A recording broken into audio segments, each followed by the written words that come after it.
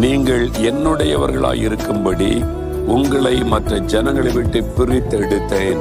நம்ம இந்த உலகத்தின் மக்களை விட்டு பிரித்து எடுத்து நீ என் கூட சேர்ந்து வாழணும், நீ உலகத்தின் மக்களை போல இருக்கக்கூடாது அப்படின்னு அவருடைய மகனாக மகளாக மாற்றி இருக்கிறார். எவ்வளவு பெரிய பாக்கியம் இல்லை?